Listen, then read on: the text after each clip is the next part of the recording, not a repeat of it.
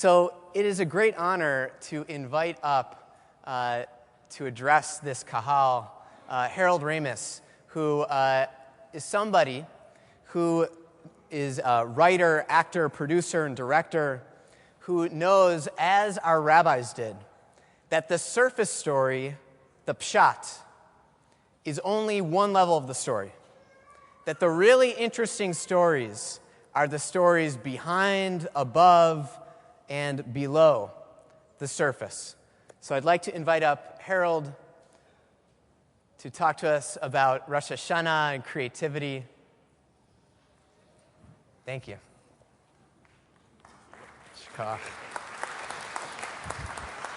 Thank you, Rabbi. All right, I'm nervous.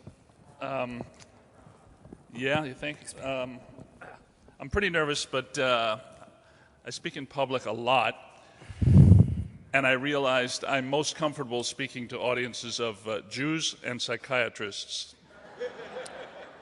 And with Mark Slutsky, we got both, of course. So, the problem here is that because I do comedy, people have high expectations for this speech. Last week at Ma'ot Chitim, a woman of this congregation said to me, "Well, you won't be as funny as Aaron Freeman." And I thought, oh boy, probably not. But I do comedy for a living. Today, I'm paying you. And so you're going to get what you pay for. And it's hard to know when to laugh in shul, isn't it? No, so don't feel obligated. If it's really funny, you'll laugh. If it's not, I'll be okay. This is the first time I've spoken to a congregation since my bar mitzvah in 1957. And this is the talis I got from the rabbi at Kesser Marav in Rogers Park. You notice I said talis and not talit. That's the way I learned it from Rabbi Lustig at B'nai Reuven, and I'm sticking with it.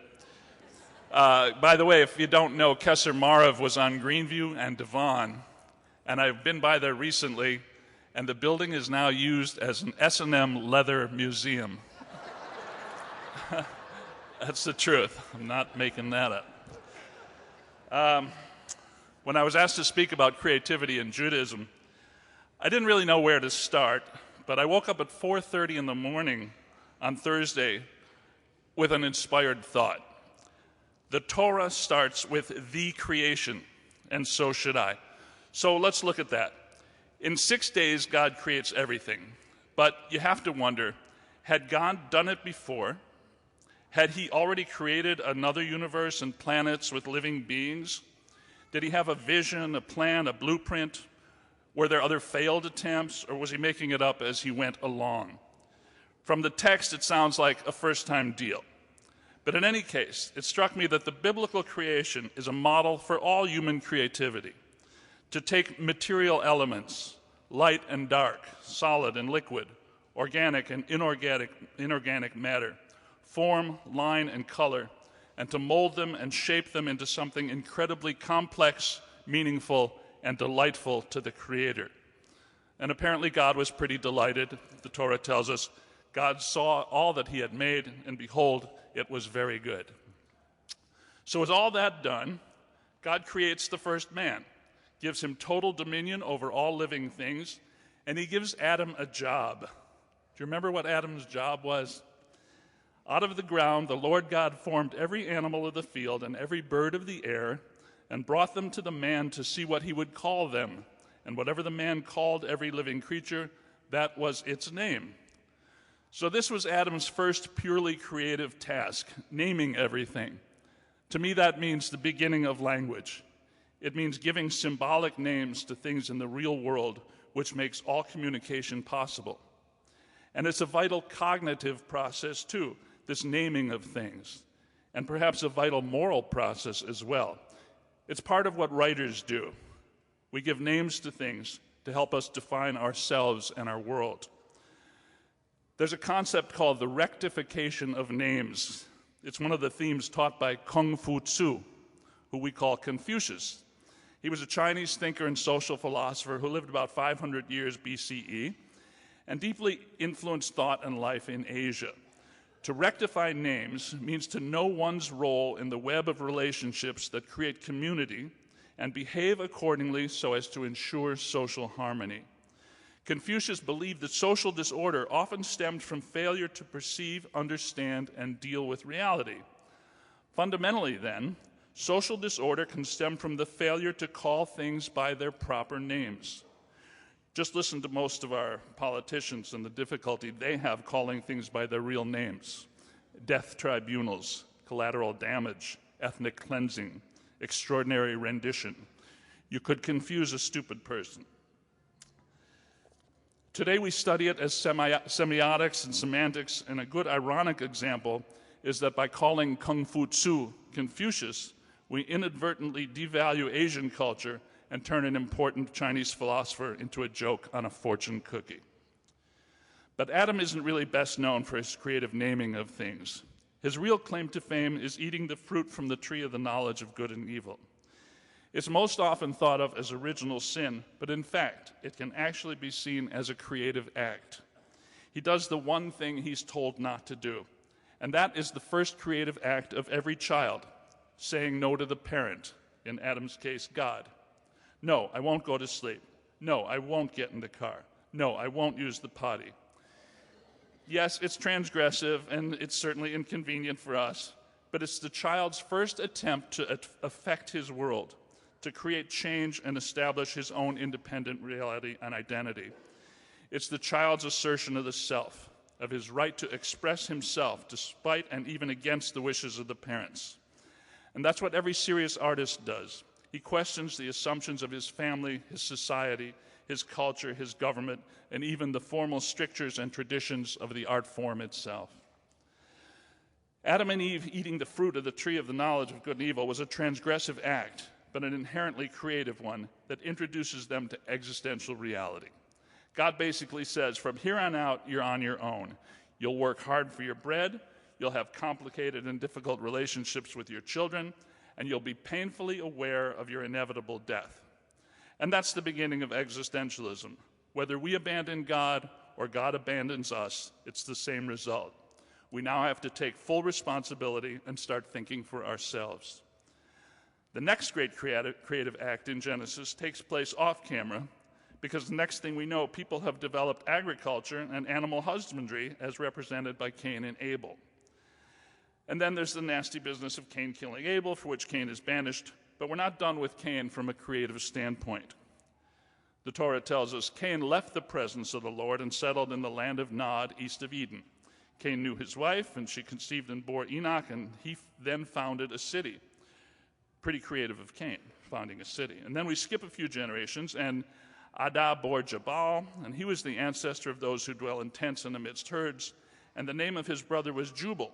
He was the ancestor of all who played the lyre and the pipe. As for Zillah, she bore Tubal-Cain, who forged all implements of copper and iron, the beginning of metallurgy. And the sister of Tubal-Cain was Naamah, and she invented stuffed veal breast. So it's Cain's lineage that's responsible for music and metallurgy and heartburn. 2 out of 3. Now, if God was the parental voice for Adam, for Noah, God was another voice, the externalized voice of the unconscious that senses imminent danger and seeks a creative solution to it. Flood coming, build a boat. You'll notice there's not a single mention of a boat in the Torah before the Noah story, not even a raft or a canoe. But the first boat we hear about, the Ark, is as long as a football field, about the size of a Princess cruise ship.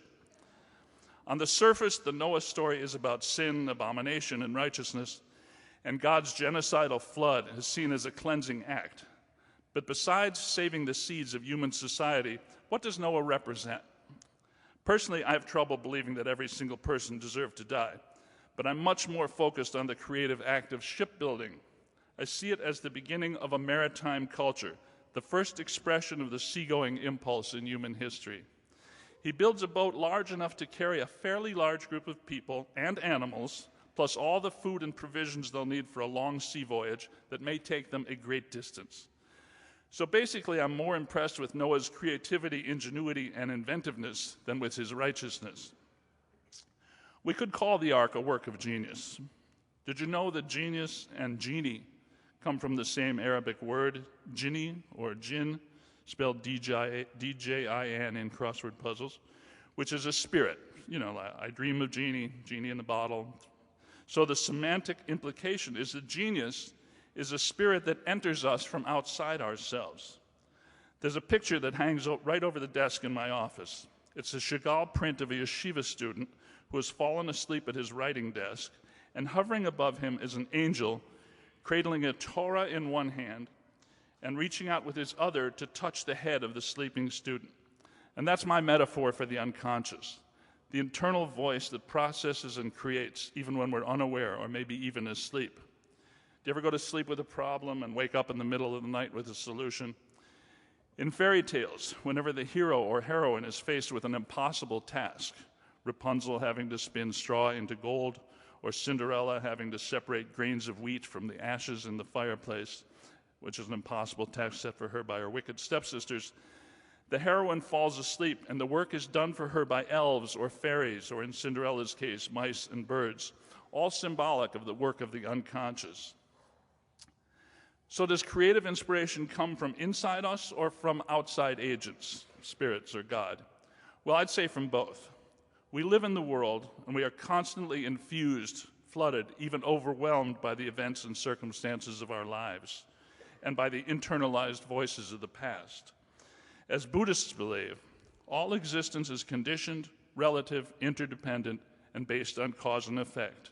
That's our relationship to the world around us. And everything we experience, consciously and unconsciously, is absorbed and processed and ultimately produces our own unique visions, ideas, thoughts, beliefs, and actions. And this brings us to the Abraham story. Abraham is living in Ur, we're told, a good and prosperous citizen of Babylonian Sumeria, with ancestral roots in the desert tribes, but he's a product of an already ancient Mesopotamian culture. He went to high school in Ur. There's an institutionalized religion, a priestly hierarchy, an elaborate legal system, refined art and architecture, an entrenched monarchy and aristocracy, a rigid class system that didn't allow for any social mobility. In short, a closed society with very little room for growth and transformation. So Abraham, still Avram at the time, he leaves Ur for Haran with his considerable household, and then he gets the call from God. Leave your country, your people, and your father's household, and go to the land I will show you. I will make you into a great nation, and I will bless you. I will make your name great, and you will be a blessing. I will bless those who bless you, and whoever curses you, I will curse, and all peoples on earth will be blessed through you. That's a lot of blessing. So was that the voice of God or Abraham's own internalized creative spirit? I worked in a locked psych ward right after I graduated college, and we admitted a patient one night, a middle-aged woman who could have been Beaver Cleaver's mother. And when I asked why she was committed, I found out that St. Bernadette had appeared to her while she was gardening on her front lawn and told her to commit a lewd autoerotic act in front of her neighbor's kids. I don't think that was St. Bernadette. But either way, God's idea or Abraham's, he embarks on a great journey of discovery that profoundly affects all his descendants up to and including present company. Like the great explorers in the age of discovery, like the Europeans who settled the New World, like the first people to move to Scottsdale, Abraham envisions a new set of possibilities and a bright future for his people, and that is creativity in action. Maybe the crowning creative act in the Torah belongs to Moses. Having led the Hebrews from bondage in Egypt, he goes up the mountain and comes down with a set of laws, eventually including 613 mitzvot, that will define Judaism from that moment to the present. Did these laws come from God or from Moses himself, who had to be influenced by the three great empires and cultures that dominated his world, the Egyptian, the Babylonian, and the Persian? Maybe it doesn't matter. As the Dalai Lama said, even if there was no God, no Jesus, no Allah, no Muhammad, no Buddha, we would still want to do the right thing because it's the only thing that makes sense. And Mosaic law obviously makes sense. These are statements and principles that govern law, ethics, and religious practice, our responsibilities to God and to each other, and with the later edition of the Shulchan Aruch, seems to rigidly define every single aspect of Jewish life. But if the law is so specific, how does this allow for our own creativity, you may well ask? Where's the wiggle room here? Well, I'll tell you. Along with the law came interpretation of the law, argumentation, persuasion, and about 3,000 years of rabbinic opinion and commentary, an amazing example of sustained critical thinking. And still no one has found a loophole that will allow us to eat bacon. Now flash forward from Moses to Poland just before 1900, and let's talk about another Jew embarking on an epic creative journey, the same journey most of our own ancestors made as conditions in Eastern Europe became intolerable for them. Shmuel Geldfish was born in Warsaw, Poland in the Russian Empire, probably not far from my own grandparents. At an early age, he left Warsaw on foot and penniless, and virtually walked to Birmingham, England, where he changed his name to Samuel Goldfish. Then in 1898, emigrated to the United States and found work in Gloversville, New York, in the bustling garment business. He was a terrific salesman, and in a few years was promoted to VP of sales and moved to New York City. At the same time, the new fledgling film industry was just starting to grow, and Goldfish fell in love with the movies. He went to see as many films as possible, and before long he went into business with his brother-in-law, Jesse Lasky, and his friend Adolf Zukor, and together they produced their first film using an ambitious young Goyish director named Cecil B. DeMille. Eventually, Zukor and Lasky left and formed their own company, which became Paramount Pictures, while Goldfish teamed up with the Selwyn brothers and combined their names to become the Goldwyn Company. Goldfish liked the sound of that, had his own name legally changed to Samuel Goldwyn, and when the Selwyns teamed with another Jew, Louis B. Mayer, their company became Metro-Goldwyn-Mayer. Eventually, the whole industry moved to Hollywood in search of better weather for shooting films, and Mayer and other Jews became the founding fathers of the business. Harry and Sam Cohn at Columbia, the Warner brothers, Hersch, Aaron, Shmuel, and Itzhak, who became Harry, Albert, Sam, and Jack, Carl Laemmle, who founded Universal Studios, and later David Selznick and Irving Thalberg, to mention only a few. You add to that legions of Jewish screenwriters, directors, producers, and actors, and the result is almost total domination by Jews of the most powerful storytelling medium ever devised, a synthesis of creative Jewish entrepreneurism and artistic creativity, show business.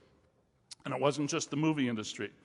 The new national radio networks, NBC and CBS, were both controlled by Jews, William Paley and David Sarnoff.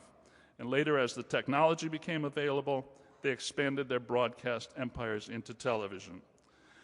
What did that mean to have the nation's media all controlled by Jews?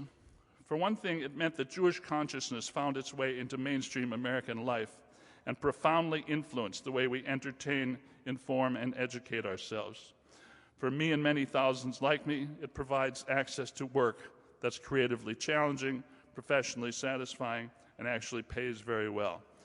I'm still amazed at the number of Jews occupying important executive and creative roles at the major studios and networks.